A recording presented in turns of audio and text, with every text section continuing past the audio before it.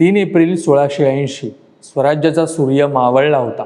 छत्रपती शिवाजी महाराज अनंतात विलीन झाले होते आणि अवघ्या महाराष्ट्रावर दुःखाचा डोंगर कोसळला होता. पण याच काळात रायगडच्या तटबंदीच्या आत एक असं नाट्य शिजत होतं ज्याने स्वराज्याचा पाया हादरवून सोडला.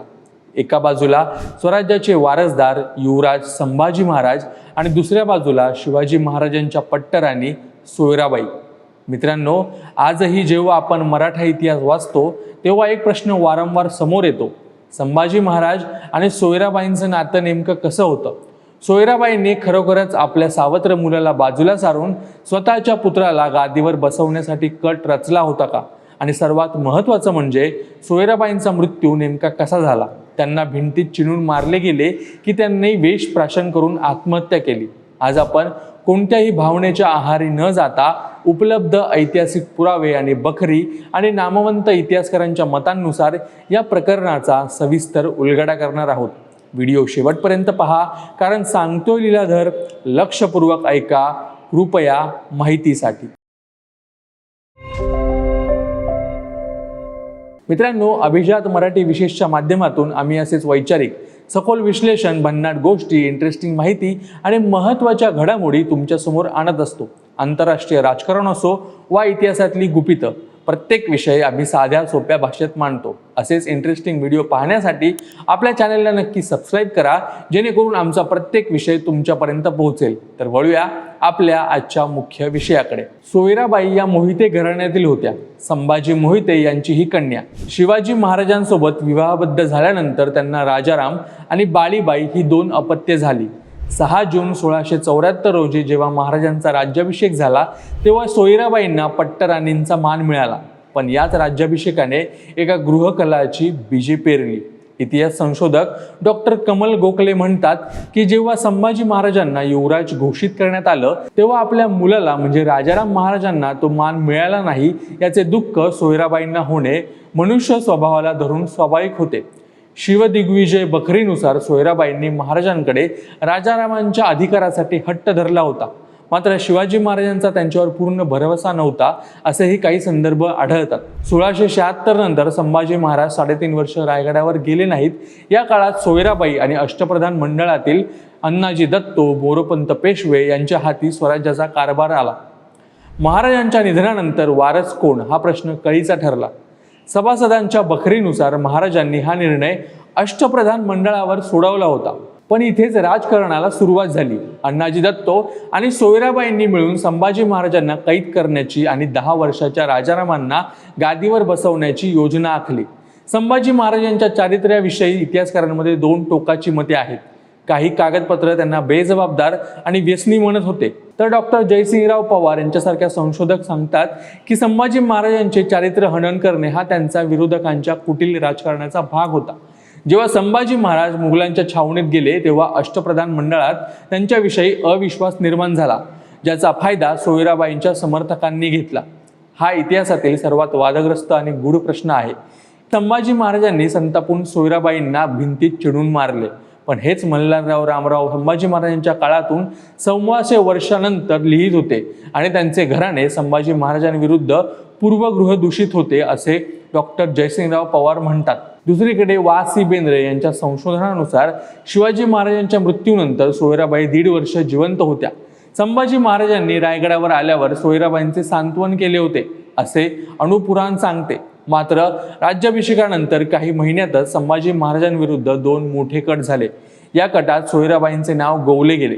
जेदे शकावलीनुसार या कारस्थानात सामील असलेल्या 25 जणांना देहांताची शिक्षा झाली. तर सोयराबाईंनी आपली बेअदबी टाळण्यासाठी विष प्राशन करून आत्महत्या केली असावी असे मानले जाते. अलीकडच्या काळात गिरीश कुबेर यांच्या रेन्सॉर स्टेट या पुस्तकामुळे हा वाद पुन्हा उफाळून आला होता. कुबेर यांनी जदुनाथ सरकार आणि यशवंतलाल मेहता यांच्या संदर्भाचा आधार घेत काही विधाने केली आहेत. मात्र इंद्रजित सावंत यांच्यासारख्या इतिहासकारांचे म्हणणे आहे की कुबेर यांनी जुन्या आणि पूर्वगृह दूषित बखरींचीच री ओढली आहे, ज्यामुळे शंभूराजांची चुकीची प्रतिमा जनसामान्यात उभी राहते. आजचा मराठा इतिहास हा केवळ कागदपत्रांपुरता मर्यादित न राहता अस्मितेचा आणि राजकारणाचा विषय बनला आहे. मात्र सखोल विचार केल्यास हे स्पष्ट होतं की सोयराबाई आणि संभाजी महाराज यांच्या सत्तेसाठी संघर्ष होता, पण सोयराबाईंच्या मृत्यूचे नेमकं कारण आजही ठोस पुराव्यांअभावी एक रहस्यच बनून राहिलं आहे. इतिहासाच्या पानात डोकावताना आपल्याला सोयराबाई आणि संभाजी महाराज यांच्यातील संघर्षाचे स्वरूप केवळ सावत्र आई आणि मुलगा या मर्यादित दिसत नाही, तर हा संघर्ष दोन भिन्न विचारसरणी आणि भविष्यातील सत्तेचा अधिकाराचा होता. सोयराबाईंना शिवाजी महाराजांच्या मृत्यूनंतर आपल्या पुत्राचे राजारामांचे भविष्य सुरक्षित करायचे होते. इतिहासकार डॉक्टर कमल गोखले यांच्या मते आपल्या मुलाला वारसा हक्क मिळावा ही सोयराबाईंची इच्छा मानवी स्वभावानुसार स्वाभाविक वाटू शकते. मात्र याच काळात अष्टप्रधान मंडळातील अण्णाजी दत्तो आणि मोरोपंत पेशवे यांच्यासारख्या वजनदार व्यक्तींची भूमिका महत्त्वाची ठरली होती. त्यांनी सोयराबाईंना राजारामांच्या राजवैभवाचे आमिष दाखवून स्वतःच्या राजकीय गटात ओढले असावे असा तर्क वा.सी. बेंद्रे यांनी मांडला आहे. म्हणजेच हा केवळ एका राणीचा हट्ट नव्हता, तर त्यामागे राजधानीतील प्रभावशाली कारभाऱ्यांची एक मोठी फळी सक्रिय होती, ज्यांचा संभाजी महाराजांच्या फटकळ स्वभावावर अविश्वास होता. संभाजी महाराजांच्या प्रतिमेबद्दल इतिहास आजही दोन गटात विभागला जातो. आधुनिक संशोधक याकडे राजकीय डावपेच म्हणून पाहतात. डॉक्टर जयसिंगराव पवारांच्या मते संभाजी महाराजांचे चारित्र्यहनन करणे हा रायगडावरील विरोधकांचा एक सुनियोजित कट होता. जेव्हा संभाजीराजे मुघलाईच्या दिलेरखानाच्या कोटात गेले तेव्हा रायगडावरील त्यांच्या विरोधकांना आयतं खोलीत मिळालं होतं. त्यांच्या या कृतीमागे पन्हाळ्यावरील त्यांची घुसमट आणि रायगडावर त्यांच्या विरुद्ध झालेली विषारी वातावरण कारणीभूत असावे असाही एक मतप्रवाह आहे. अष्टप्रधान मंडळाला असा राजा हवा होता जो त्यांच्या सल्ल्यानुसार चालेल, पण संभाजी महाराज स्वतंत्र विचारांचे आणि अत्यंत प्रभावशाली विचारी होते, जे या प्रधानांना कदाचित मान्य नव्हते. आज जेव्हा आपण सोयराबाईंच्या मृत्यूचा संदर्भाचा विचार करतो तेव्हा आपल्याला मल्हारराव रामराव चिटणीसांच्या चिटणीस बखरीतील अतिरंजित वर्णनांचा सामना करावा लागतो.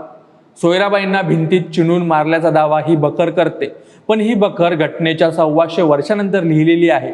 महत्त्वाचे म्हणजे चिटणीसांचे पूर्वज बाळाजी औजी यांना संभाजी महाराजांनी दिलेल्या मृत्यूदंडाचा राग या लेखनात उतरला असावा असे अनेक थोर इतिहासकार सांगतात.